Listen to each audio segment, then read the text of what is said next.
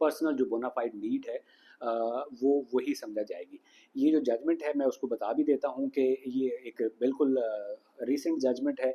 Supreme court का जो division bench है उसने ये फैसला दिया है। जस्टिस याहिया अफरीदी जो कि चीफ जस्टिस भी हैं, और जस्टिस अकील अहमद अब्बासी ये इस बेंच का हिस्सा थे। जस्टिस अकील अहमद अब्बासी ने इस जजमेंट को लिखा है, और इस केस का जो टाइटल है नजीबुल्ला वगैरह बनाम सैयद शमसुद्दीन है। नजीबुल्ला वगैरह जो हैं ये यहाँ पर पिटिशनर्स थे, वो जो सारे किराएदार थे। तो सुप्रीम कोर्ट ने जो मालिक है जो कि वन ऑफ द ओनर है, बाकी भाई नहीं थे इसमें, तो उसके हक में ये फैसला किया। और सुप्रीम कोर्ट ने इस जजमेंट में ये भी कहा कि अगर जॉइंट कोई प्रॉपर्टी है तो उनमें से कोई एक भी आके, लाजमी नहीं है कि वो सब ही आके उसको खाली करवाने का केस फाइल करें, अगर जॉइंट ओनर्स में से कोई एक भी आके उस किराया की जो प्रॉपर्टी है उसको खाली करवाने का केस फाइल करता है तो वो कर सकता है।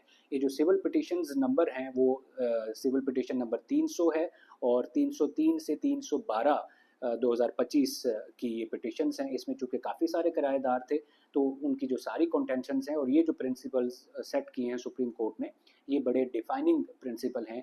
रेंट की जितनी भी प्रोसीडिंग्स होंगी, ये जो प्रेसिडेंट वगैरह सेट हुआ, ये उनके ऊपर एप्लीकेबल होंगी।